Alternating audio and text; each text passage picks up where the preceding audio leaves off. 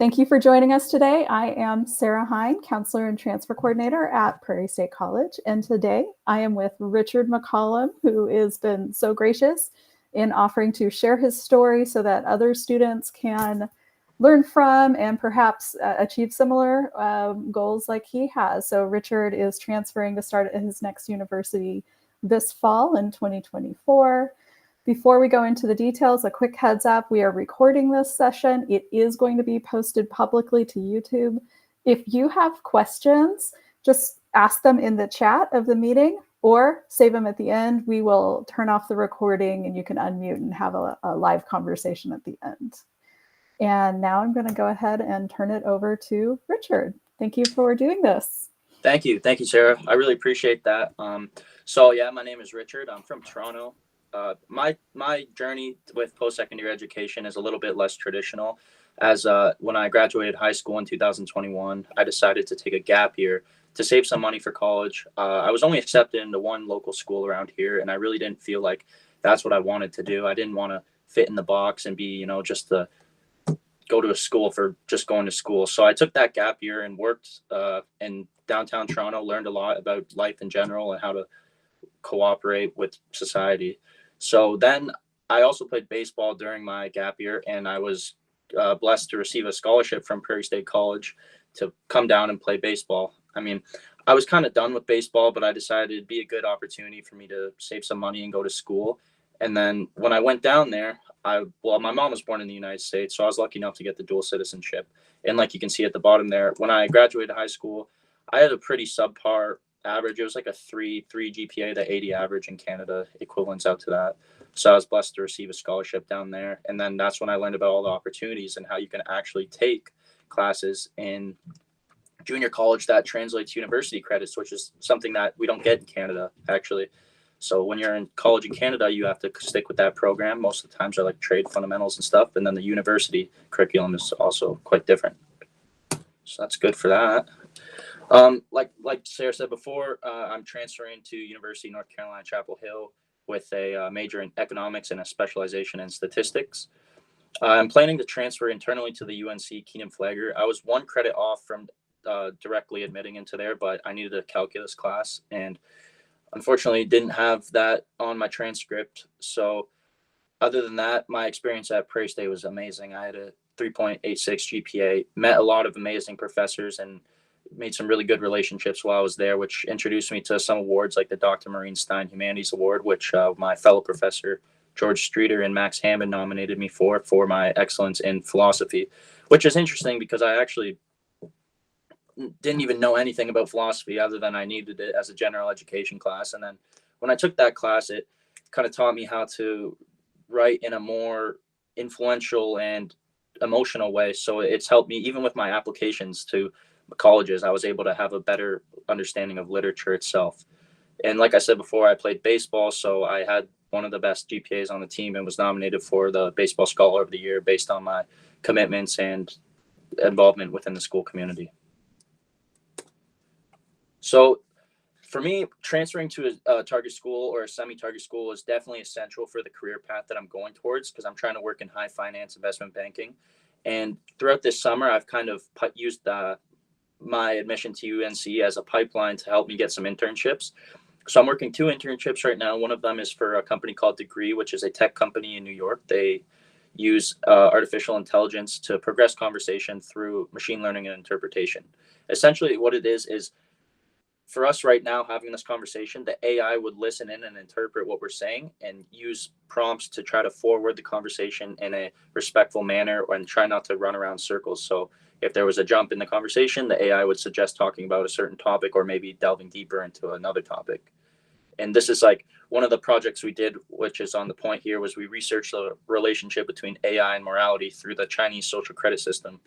We used large data sets to investigate biases, often in minority communities, and saw how the facial recognition machine learning algorithms were used to target specific demographics and create some sort of biases. But something we found out was that actually the crime rate went down 80%, approximately 80%, I think it was like 82 or 83% over the last 10 years in China from this social credit system. Another internship that I'm doing is a private private equity analyst, which is more kind of that finance thing. The AI research internship was more like something that I personally wanted to do, so that's why I did it. I was just interested in it. In private equity, we just analyze companies using various methods to determine investment potential, like valuations and stuff. So pretty much if you had a company, my firm would say, do we want to invest in this company? And if we do evaluations through like a lot of different mathematical procedures and algorithms to decide if that was a good opportunity to invest in. And client solutions is just advising clients on what to invest in. So for the schools, yeah, it's funny. I actually only got accepted into one school, which is kind of a bummer, but at the same time, I knew what I was getting myself into when I was going into all these schools. I applied to a bunch of schools because I was like, it only takes one hit to make it, right? So I went through a bunch of different programs and researched a lot. Sarah will tell you the last 2 years, I was really stressing out about getting into schools and what schools would be the right fit for me. So I was rejected to a whole sum of schools there and waitlisted to Williams College and University of Miami.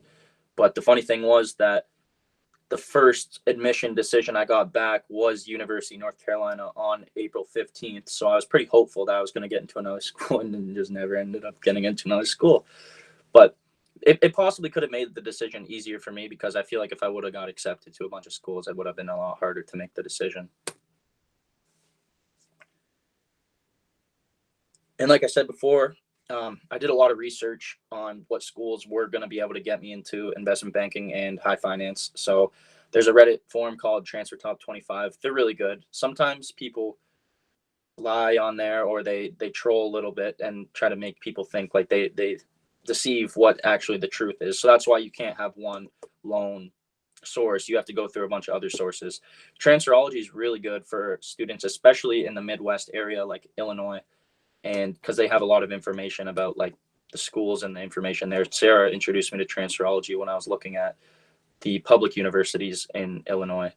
And it definitely is a really good resource if you want to stay in the state. Wall Street Oasis is pretty much just like another form of Reddit where people just post and talk about what you need to do and talk about their experiences. And from a professional side, building the LinkedIn is extremely important because it opens a lot of doors for you.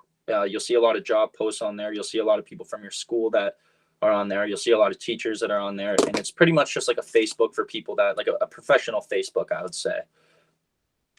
So like investment banking, consulting, private equity, hedge funds, these are all like high finance positions that I see myself going into in the future, buy side, sell side. But for a finance person or someone who's trying to get into finance, the entry pipeline is investment banking because this is one of the lower ranking jobs. You learn a lot about what actually goes on in the firm and in just the job itself. Consulting is kind of a different path than investment banking because most people who go into consulting stay in consulting, but people who go into investment banking tend to break out towards private equity, hedge funds, venture capitalists. So another thing that's really important to when you're looking at schools and doing research is that programs can be highly ranked in your field, even if the school is not. And this is common in public schools, like, for example, the computer science, I think, in University of Illinois, Urbana is extremely high ranking, which can make the admissions procedure extremely hard because you feel like, oh, I got these really good grades. And I know people who got into this school with less grades than me, but you have to remember this. A lot of other people who are very strong applicants are going to be applying to this specific program. And I saw this at UNC as well because the social science program was actually extremely hard. And out of state acceptance rates for public schools is quite lower than in-state. For example, UNC's out of state acceptance rate was only 8% this year, but their in-state acceptance rate was around 42, 43.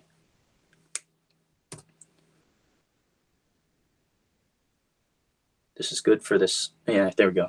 So for tips for applying to the schools, the rigor of your classes is important. Making sure you choose the classes that are focused on your major, even if you have an idea of what you want to study. Also broadening your courses to taking other challenging courses is super important because they want to see that you're demonstrated in challenging yourself, because especially at the community college level, you see a lot of classes that don't transfer over, or transfer over as just general education classes. And this is okay too, because it just shows that you're constantly in that mindset of challenging yourself and trying to bring yourself to the next level through having a growth mindset and learning. So balancing a high GPA and taking the right classes is like super important, and making sure that you take transferable in-person 3+ credit hour classes. Most schools aren't going to take any class that are less than 3+ credit hours, as they're not acknowledged as a full-time class. And you'll see this sometimes with like introductory to college class at Prairie State, or sometimes even communication classes don't transfer. And for me, I really don't like science, so I didn't take a science class, which is part of the reason why I just transferred without receiving my associate's degree. But I'm going to have to take it in the future anyway, so it doesn't really matter. But I chose to transfer with 54 credits because I wanted to stay less than 60 hours, considering that I wanted to transfer into a business program. And so I transferred as a sophomore, even though technically I would have been transferring as a junior, which is really important for people who are trying to build a network within their school and get involved, because you only have 2 years. And most of the time, the first year that you're at the school, you're just adapting to your surroundings, especially if it's in a new state that you're not familiar with. And looking at schools that are most transfer friendly schools, most of the time public schools are really good at transfer credits and taking your credits, just because their curriculum is a lot more open, and you see a lot of more information about their curriculum online. But sometimes you'll run into problems with private schools, especially like super small math focused schools, because they have a certain curriculum that they want to teach their students. And like I said, you'll see this a lot more in private schools. So this link down here, you can see the 2024 colleges with the most transfer students. It's a really good resource if you want to see what schools are open to taking transfer students and at what rates they do. So for your essay advice, you want to choose something you're passionate about, but you still want to choose something that is relative to your career path. So for me, I mean, I think it depends more on your major and what you're applying for. But when I wrote my personal statements and my essays to the schools, I talked about the fact that I want to be an investment banker, and I already know that, and I want to get into high finance, and showed through my essays that I've taken the steps to reach that level through research and just making sure that they know that I'm not going there just to go to the school, and that I'm going there for a reason that I can contribute to the community as well. So don't overthink. Rather than imagine the admission as judgment, picture it as a fit. So as we talked about before, I was only accepted into one school, and I didn't take it as like I got rejected. More so, their school's morals and what they wanted out of a student isn't necessarily what they saw in me, which is completely fine, right? Because they're judging my entire life and future based off of maybe 3 short essays and a personal statement. So it's nothing to really be offended about if you get rejected. And avoid restarting if you have to. I ran into this problem a couple times because I started writing my essays really early. I think in October or November, I started writing my personal statement. And obviously stuff happens between the times of October and February, March, which is when the applications are due. So try to add on to the stuff and run it back through a full circle is what I found. What really helped me for my personal statement, and get people to read it for you. Even though it's a personal statement, you want to have people to give you feedback on it, and making sure that it's someone that you can trust, or like a teacher, is super important, because random people don't really know your story, and it can actually help you build better connections too if you have people proofread it. So yeah, talk about your goals and how the school can get you there. Like I said before, I talked about how I already know I want to be an investment banker and how I want to break into high finance, and that definitely appealed to North Carolina because they have a really strong business program. So I'm sure that's definitely why I was accepted there. Additional insights. So this is kind of more a logical standpoint to the school. I'm kind of a very yes or no, black and white person. So finding what the school wanted, making your short essays completely relative to what they're looking for in a student is a strategy that works, because certain schools, like I said before, have certain wants and needs out of a student, whether it be, it's kind of digressed from a complete GPA judgment rather to what you've done outside of school, because these things are more important in society than, just reading a textbook and getting A's, right? So make yourself stand out by talking about maybe a less traditional path. Like, I'm a Canadian student and I came down to the US. But some people, they may feel like there's nothing about them that stands out, and that's completely fine too, right? Just talk about why you want to go there and what you can do that will improve the school community. So for my USA or my UNC essay, I talked about my target employers that I want to work for and why that connection with UNC is going to help me get to where I want to be. So doing your research about employers and what companies hire from these schools is super important as well. And it can actually help you introduce you to the field quite early on. As when I got into UNC, I realized their alumni network and have already connected with a lot of alumni who went to UNC based on just research. And like we have at the bottom there, the PSC advisors are 10 times better than the ones at a big school. Like I can tell you, I've had to do pretty much everything myself, and it's a learning experience as well, as I'm a first generation student. So my parents don't really have that knowledge of what schools and what the whole process is, because it's a lot more than just applying and getting in. You have to figure out where you're going to live. You have to figure out your registration. You have to do your classes, all these things like that. Sorry, Philip, you had a question.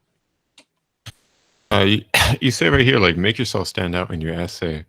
If, I don't know, you got like 10,000 other people applying and they probably might have similar essays, how do you make, like, standing out? What would you recommend to do? Do not look up essays that got people admitted into the school, because a lot of other people have this same idea. And like we said before, there's two different kind of strategies that you can take. You can either do that, like I said, you can look up what the school wants, or you can just look at it as, I'm going to be myself in this essay, and if I fit, I fit. So by standing out, I mean more so just being yourself, because if the school sees a fit in you, then that's just enough standing out itself. That's good for this slide here. So letters. Oh, yeah. This is where we switch to my slides. So before we switch to things that I was going to talk about, and when we go to the topics that I put in here, like Richard, jump in at any point. I didn't want to interrupt Richard getting all of his wonderful stuff out there. So I did want to go back and like underscore some things though. So that standout piece. So Philip and anyone who watches this later, that's a Prairie State student, you can reach out to me for free. Like that can be a conversation we have in our meetings. And it's really a good thing to do by October if you want to start the next school in August, because you want to have time to be thinking about it, what topics you might want to do. But I could quiz you on your job major goals and like kind of pull some life experiences like out of you, where I could help you identify what things might be your version of a standing out essay. Yeah, you helped me do that too, right? Like I wasn't sure, like when I started writing my personal essay, I'm like, what do I have to do to stand out? And you're like, well, you have all these qualities that you can kind of put together, and that is who you are. Yep, exactly. So having a conversation with me, so Philip or future students who watch the video, we can have a conversation about you and your goals, and I can say, that's something that distinguishes you. Be sure you're including this, that sort of thing. The piece that Richard shared about Prairie State advisors, I've heard this before. I've actually even heard a U of I-Urbana advisor say that we're too nice to our students and we help them too much. They need to learn to do it by themselves. So I'm like, yeah, I disagree. I'm going to keep doing that. I love, Richard, what you said about the decisions when you do get your college decisions, to not take it personally. They are judging you on a tiny sliver of yourself. And also comm classes. You made a note about how comm classes don't always transfer. That is something that's really unique. So public speaking classes, that's something really unique to the very specific schools that Richard is applying to. Those classes transfer easily, are highly desired classes for the 99% of schools out there. Just schools that are like liberal arts. No, this is good though. This is an important thing for you to say. And I want to just put a context on it so people don't go, I'm not going to take a comm class. So the liberal arts colleges tend to focus on things that have a lot of writing, and speech classes don't always have a lot of writing. I've actually been in conversation with Williams College, I want to say is the most recent one, where as long as like our classes most likely would transfer because we require a lot of writing. They just have to do a course review on it. The blanket advice you get from liberal arts colleges on their websites is that those aren't the classes they're looking for. So what they are looking for, especially in the gen eds or philosophy, I'm really glad, Richard, you mentioned philosophy. Philosophy courses are known for having a lot of writing, having no one right or wrong answer. So you are honing your skills in figuring out things that there isn't an answer, which is a highly desirable skill when you graduate and you're employed and you make them proud as an alumni. So if you take philosophy classes and you do well, that is honing some skills. They're also known for increasing your critical thinking skills. So I would heads up about that. Yeah. Very true. I do have some notes on some majors and like course choices. I guess I'll jump to that now. So I really like, Richard, how you put in, I could put that slide up. I don't know if it really matters. The top tip, the first tip, rigor of your classes is important. Yes, absolutely. Especially if you're going for a school or major that's competitive. Taking a lot of classes that are known to be hard and doing well in them is evidence and data you'll do well there too. So if you take part-time schedules or you're not getting as good grades, you're giving evidence that doesn't let them know. So rigor of your classes. I just want to put some generic notes out there for some other majors. So I would be much more specific and not say somewhat focused on your future major. What I think Richard was saying, which was really great, is that you might still be figuring out your major, and it's okay if you are, but if you know your major, so if you're an engineering major, you need to be going right into calculus 1, 2, 3 and differentials. You need to be right into calculus-based physics 1 and 2 at minimum. You almost certainly will need Chem 110 and a programming language. And then all the other gen ed stuff fits around that. If you are a bio or a chemistry, a classic science major, you usually need bio 111 and 112, calculus, or more than one calculus, depending on the school, and the 4 chemistries. You need to jump right in those if you want to be competitive. If you are a math major, take math every semester, take them all. Business majors. So Richard, this is where Richard's situation was unique. His early transfer, he's transferring just a few credits before he'd be at a junior level.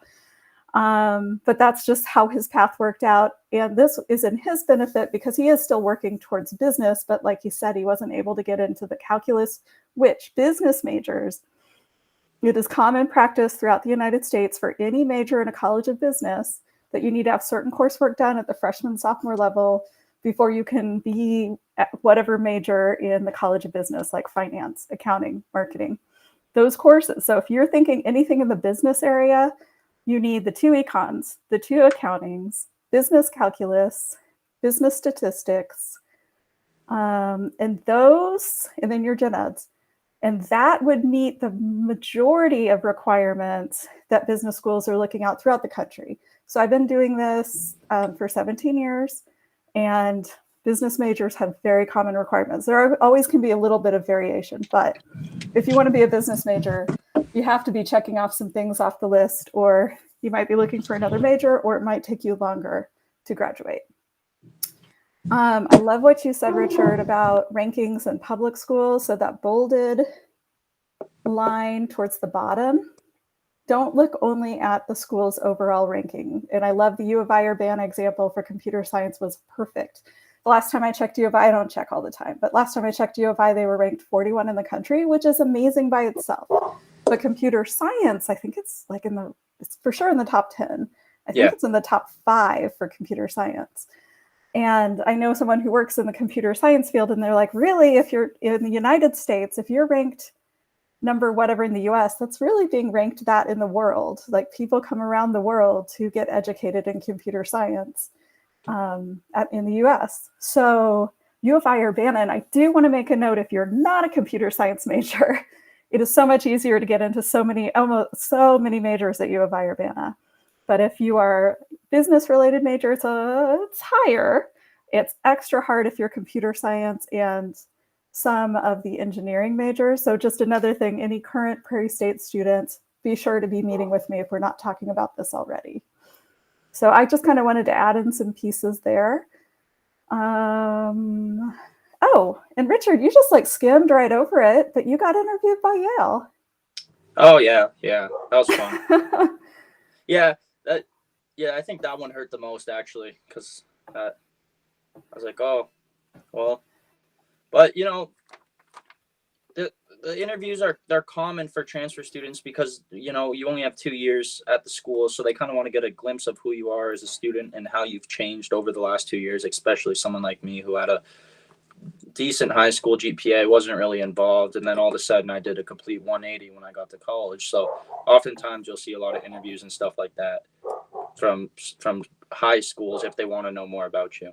Yeah, it's not often that you get interviews. They're interested in you. Like you're downplaying it a little bit too much still. So, and then for other students, to give this context, Richard really didn't have a true safety school on his list. So you might see a lot of only one accepted, a lot of rejected, and the 2 waitlisted. So he could have ended up getting into those schools, but he didn't have. I was a little worried for Richard. I quizzed him on it. He was comfortable with his plan, but I was a little worried about he didn't have any true safety schools. He would have had more accepted ones if he had. And I always recommend safety schools. I'm thrilled this worked out for Richard, but if it hadn't, I wouldn't be wanting this conversation we'd have now. We'd No. have to. No, that's definitely true. I want to go back to this, and I want to make a point for students. So this is amazing what Richard is doing this summer. He is not waiting for his next school. He is jumping right in, and he's not only honing his interest in his future career with private equity, but he is honing his computer skills, because those two blended together. It's impossible not to blend them. And that is just going to make him so much more employable for internships and jobs, and later just so highly valuable, better chance of getting into things. On this point too, yeah. Sorry. Go ahead. So on this point too, I really want to emphasize something here, that when you're applying to these highly prestigious schools, you don't want to go to these schools necessarily for the education that they're going to give you, right? So this is why as soon as I got into UNC, I didn't wait to what UNC could teach me, because quite frankly, I can learn everything that they're going to teach me on Coursera times 10 and do it at my own pace. But instead, I applied to these schools so I could have that name on my resume. And unfortunately, the truth is that it's not fair what school you go to. And some employers will have a certain interpretation about a school, even regardless of who the applicant is. They're saying, if this person goes in that school, they check the box for being able to work for my company. Yeah. Excellent. And then... Sorry, one second. Yeah, for sure. A couple more points. That Morenstein Humanities Award that Richard got, didn't circle that well. It was actually awarded after he had already done all of his applications and submitted everything. So that is something that I recommended he reach out to the admissions office of any schools he had not gotten decisions from yet to notify him. So as Richard was getting, I was just saying, Richard, as you were getting the award, Scholar of the Year, if you were getting more academic designations at the end of the school year, after you'd already applied, so they weren't in the applications, that it's good to keep schools up to date. Yeah, on that. This is true. And then my last little thing before I then jump back into my slides, internal transfer. So that is Richard. Richard and I have talked about the pros and cons. There are schools like U of I-Urbana does not let you internally transfer into their School of Business. U of I-Urbana, if you want to graduate with a business degree, you have to apply for that business degree, that major specifically when you're applying to the school. They don't let you get in with economics and then switch over. UIC, I've had a student who wanted business, but instead of applying directly to it, they had applied to economics thinking they'd transfer. They didn't tell me that, so I couldn't warn them of this. And UIC told them they either have to start as economics or they had to wait another semester to apply again as a business major. Richard has checked into these things and their policies. He and I have had those discussions. So he is taking the path that's going to work for his schools and his majors. I'm going to switch to the slides, but any other thoughts on there before I go into the next content, Richard? No, I think we got it. All right, cool. So I just want to give you guys some notes on letters of recommendation. So at the bottom, I say it's not always required. A lot of schools do not require it. U of I-Urbana, Governor State, UIC, which tons of our students have on their list for their next school. Almost no majors require it. The occasional major like social work would require one, and then only scholarships tend to require. Or actually, no, letters of recommendation, no, not even that, just only some scholarships. So letters of recommendation do tend to be required for highly competitive schools, highly ranked schools. So if you are going for a super big competitive school or scholarship, you will almost certainly need two. Be sure you're always talking to people ahead of time. So if you're not getting a good feel, you can ask other people. So I encourage doing this in person so you can get a feel of how they react to that. You can get that kind of honest feel, like they want to be nice and supportive, but are they going a strong recommendation? Or like, oh my gosh, I would be so happy to support you. Or yeah, I could do it, you know. And do they know you, right? Right. Like I'll do one, but it's just going to be like a template. They're not going to say that, but maybe you can read that or have that conversation with them. Do they know enough that they could write a strong letter for you? Choose people that know you professionally, so you've worked with them or volunteer, like they work at an organization you might volunteer with, or you know them from school, your professors, ideally, advisors sometimes. Not only advisors, be sure at least one is a professor who's seen you in an in-person classroom, because the schools want to know how you interact with other classmates, how you are in the classroom, and they want to know how that in-person experience is. Online, you just can't capture it the same way, and the teachers can't write the same kind of recommendation because they don't have that experience. So you want to pick people who've seen you directly, don't know you through other things. Make sure these are people that are good with deadlines, and like if they're your professors, are they well-written? And they, you know, you've seen how they write and how they speak throughout the semester, and if they're good about keeping on track for things and getting things back on time, then they're probably going to be like that with the letters too. It's good practice to give at least a month's notice before the deadline that you're talking to them. So honestly, you could be asking before finals of the fall semester for letters due in February, because the break, they don't want to think about it. We don't want to make them feel like they have to work on letters over break. Let them have a break so they can write you a better letter. Information for you to share to people that you are asking to write a recommendation for you, because even if they know you and they have conversations, you still want to make sure they know everything. This is something I always ask, and when people ask for a letter from me, and I almost always learn 5 new things about them where I can make the letter so much better if people do provide this stuff. So list of activities, honors, accomplishments. So if you do not have a list like that yet, start keeping one and just add to it throughout the year. A resume. If you do not have a resume already, Prairie State's Career Services is a free resource for our current students and alumni. They can help you out with that. I have a link to their information later in the presentation. Be sure you're providing the recommender the name and a link to the program they're applying for, the deadline, and whatever you know about how the recommendation is happening. So a person might be very, very, very willing to write a recommendation letter for you, but they don't know, do I just write a letter and I upload it? Do I write a letter and mail it? Often they get an email and then they go into a web form. So whatever, you know, you don't always know those answers. And if you find yourself getting stuck there, we can talk about that. But yes, whatever you can tell them, that makes it more likely that you'll get a strong yes if you take away any of those uncertainties. Okay, if you want to go to a highly ranked school, or for highly competitive programs or scholarships, doing great in classes is the foundation. But then to differentiate yourself, to stand out from others, be amazing outside of the classroom as well. Be sure you're writing about that, submitting it in your list of activities, putting it in your essays if it's relevant, choosing people for your letters of recommendations who know you that way.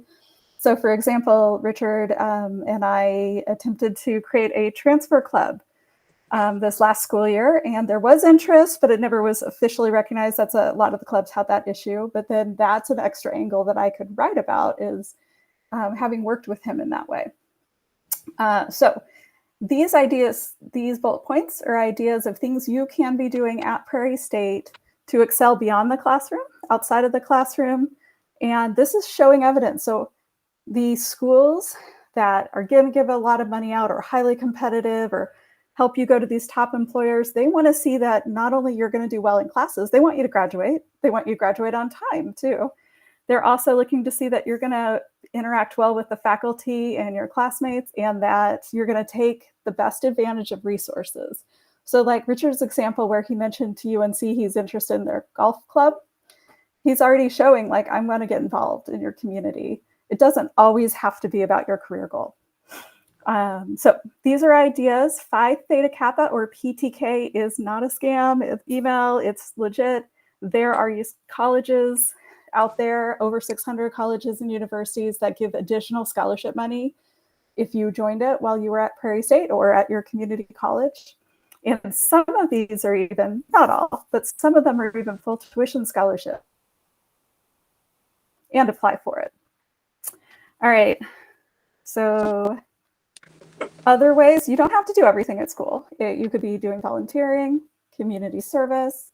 If you're doing full-time or part-time jobs, absolutely include that in your list of activities. Might be part of your essays if it's really something powerful for your story. And if you have family responsibilities, you could be caring for an elderly family member or a disabled family member or a younger one. You might be being a translator for your parents because they moved here from another country, whatever it might be. Or your parent might not drive, and then you're the driver for the family. That's part of standing out too, right? Like that, like Yep. we're talking about standing out. Yeah, absolutely. I've had students that have so many family or community responsibilities that were not an official program. They thought they didn't have anything to write about. I'm like, no, it doesn't have to have an official name. You are using 20 hours a week approximately, looking out for others in your community, and you're doing X, Y, and Z. That is huge. So that's innovative and entrepreneurial, frankly. Yes. Okay, and then these are more Prairie State resources that are out there free for you guys to benefit from. So everything in this slide, anything that is purple, are links to more information. And if you want to receive this, just drop your email into the chat. And if you are watching this video, I have my email in the description of the video, and you can just email me for a presentation so you can have all the links. I do transfer planning events, transfer fairs, info sessions like this one with Richard throughout the year. And that's in Prairie State's event calendar as they get scheduled. That's that link. I have recordings. This is going to go up onto my Prairie State YouTube channel for transfer. And I've got a few others on there, including ones on scholarships and essays. Our Writing Center provides free assistance with essays for classes, but also for applications to scholarships or admissions. Our librarians are happy to help you add to the information from their side, and they even have an additional guide with more resources. And then I mentioned career services, so that links so you can get to more information there. And then be sure you're also talking to your Prairie State advisor every semester, not only when you're registering. It's really good to check in with them, not just about when to take your classes. And then your professors, be sure to let them know your goals, because then they can better support you. Richard, do you mind? Is there anything you want to add about your interactions with your professors? I feel like you did a really good job of that. Well, I feel like, especially in the community college community, you have a lot more opportunity to make relationships with your professors, which is something a lot of people take for granted. Because when you go to these public schools or big schools, these professors are mainly focused on research and their extracurricular involvements. But when you have a teacher at a community college, most of the time they're there because they're passionate about teaching. So it's a lot easier to make a valuable connection with them. And this can help you with your letters of recommendation and even just a genuine friendship. I've had a great experience with all my teachers at Prairie State College, and I feel like it's definitely helped me learn more as being like an active learner. It helps you be more engaged in class and motivates you. Yeah, and usually the simple, easiest way, I mean, obviously talking in class, stay after class, chat with them, doesn't have to be a big thing. It just builds over time. Go to visit their office hours. Sometimes it's sending them emails, but having that face-to-face really can connect in a whole other level. Richard, were there other ways that you would connect with your professors? Yeah, I mean, even like some online classes I took, I would go in to talk to the professor. If I saw them in the hallway, they obviously don't recognize me by a name because there's no picture of me in their online class. So I'd say, hey, for example, there was a computer science teacher that I had. I forget her name, to be honest with you, but I saw her in the hallway and I was like, hey, I'm in one of your classes and I'm really having a good time in the class. Like, how are you doing? And she's like, oh, wow, that's good. And then when she was grading my work and getting feedback, it felt like a more genuine answer rather than just a rubric response. So it was really good for that. That's awesome. I bet that was Nichelle Manuel, but It I'm was, not yes, certain. that's yes. Yeah, she's on the forefront of AI stuff too. I don't know if you ever talked to her about AI, but No, I'm gonna reach out to her actually Yeah. because I think that this is interesting. yeah. All right. So then last slide is current or future Prairie State students. Meet with me, email me if you need to connect with questions. I have a scheduling link. So the bit.ly/ and then all caps SHPSC gets you to the scheduling link. So if you are currently at Prairie State, go ahead and set up that meeting. If you are a future watching this video and you're a future Prairie State student, then you will want to be sure to talk to advising, do the application system. I can be a lot involved along the way, but I can't take the place of all the other offices. And then Richard very kindly is sharing his email as well. So those of you that want to communicate with him later, you have his email as well. Yeah, you can add me on LinkedIn too. That's fine. There we LinkedIn. go. Awesome.